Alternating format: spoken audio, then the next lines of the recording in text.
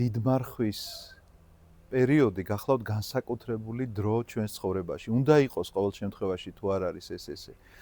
რადგანაც ხშირად მომისმენია ასეთი სიტყვები, რომ მე მარხვას ვერ შევძლებ, მე მარხვა არ შემიძლია და ხშირად ადამიანები მარხვას უკავშირებენ მხოლოდ და მხოლოდ მუცელს. ყველას გასაგონად მინდა ვთქვა, რომ ეს ძალიან არასწორი მიდგომა არის და დამოკიდებულება გახლავთ მარხვასთან, იმიტომ რომ მარხვა არის გონების საკითხი და არა მუცლის საკითხი.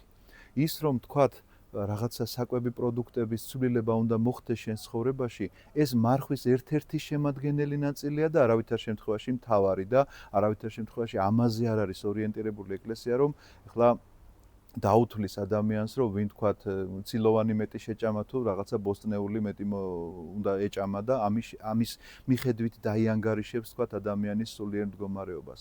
ამიტომაც ვამბობ, რომ გონება უნდა აკონტროლებდეს ამას ყველაფერს და არა მუცელი. გონება აკონტროლებს იმ მუცელსაც, თქვათ, რომ შეიძლება ადამიანს რაღაცა გარკვეული ან უძლურების გამო, სისუსტის გამო მიეცეს კურთხევა, რომ ღებულობდეს ცხოველურ საკვებსაც, თუმცა კი ეს იმას ნიშნავს, რომ შეზღუდოს უნდა თუნდაც რაოდენობაში რაღაცა თავისი საკვები, უნდა შეზღუდოს, რომ მუცელი ამითი ალაგმოს, მაგრამ უნდა იმარხულოს გონებით, როგორც უკვე გითხარით და რა არის ეს გონებრივი მარხვა. პირველ რიგში გახლავთ ის, რომ ყველაზე დიდი საცდური, რაც არის 21 საუკუნის საცდური, როგორც ამას თანამედროვე ღვთისმეტყველები ამბობენ, არის ის, რომ ადამიანი კარგავს ძალიან ბევრ დროს. ეშმაკი პარავს მას ძალიან დიდ დროს.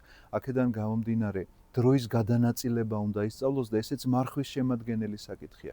როდესაც მან ზუსტად იცის, რომ უქმად არ დაკარგა, არ გაფლანგა მისთვის ნაჩუქარი ღმერთისგან მოცემული დრო და თავისი სულიერი განვითარებისთვის გამოიყენა. როდესაც არ წავიდა გასართობად და დაჯდა წიგნის საკითხავად, როდესაც არ წავიდა საქეიფოთ და მოიცალა იმისთვის, რომ რაღაცა თქვათ სულიერად განვითარებულიყო, ტაძარში დამდგარიყო, ლოცვა მოესმინა და ასე გონებრივი თითო ნაბიჯით მიაღწია იმ სულიერ მდგომარეობამდე, რომელსაც ჩვენ შეიძლება დავარქვათ მარხვა და არა მხოლოდ ის, რომ გასტრონომიული, ესე იგი, პროცესი რაღაცა შეზღუდა მხოლოდ და სხვა მეტი არაფერით არ უმარხული ადამიანს, ასე რომ ყველას გისურვებთ, რომ ვიმარხულოთ გონებით და არა მუცლით.